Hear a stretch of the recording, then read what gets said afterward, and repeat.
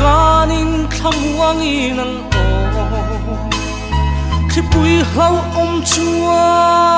naron nuaya ani chulonga chua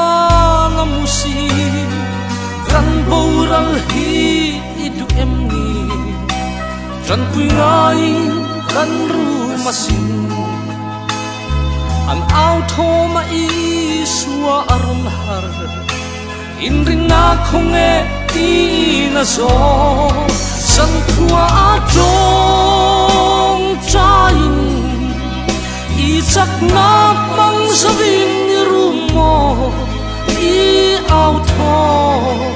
chuan lalpa a kai tho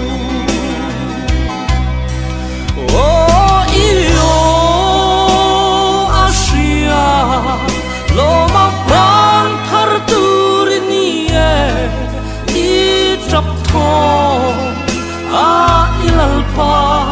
at huta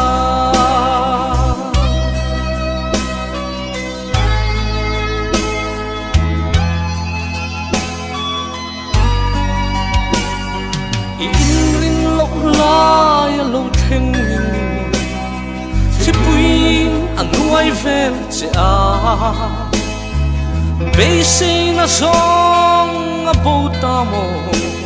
me dong in khapangin ni oma i long chu twin na khat me ka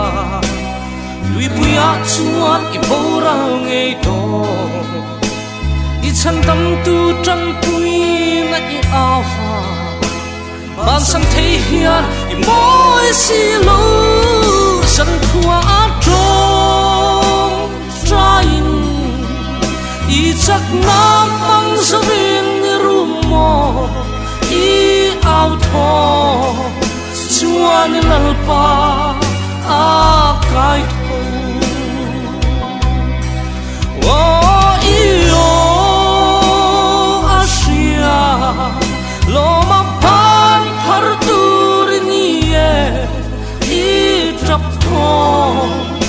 a ilalpa a thuta imang anlai amu hin simo khipui rangin anuai che tui thuk tak chunga ma se lo hak ram la muan na lo theng tur chu a trong kam khat chau po i ta na to ke san khua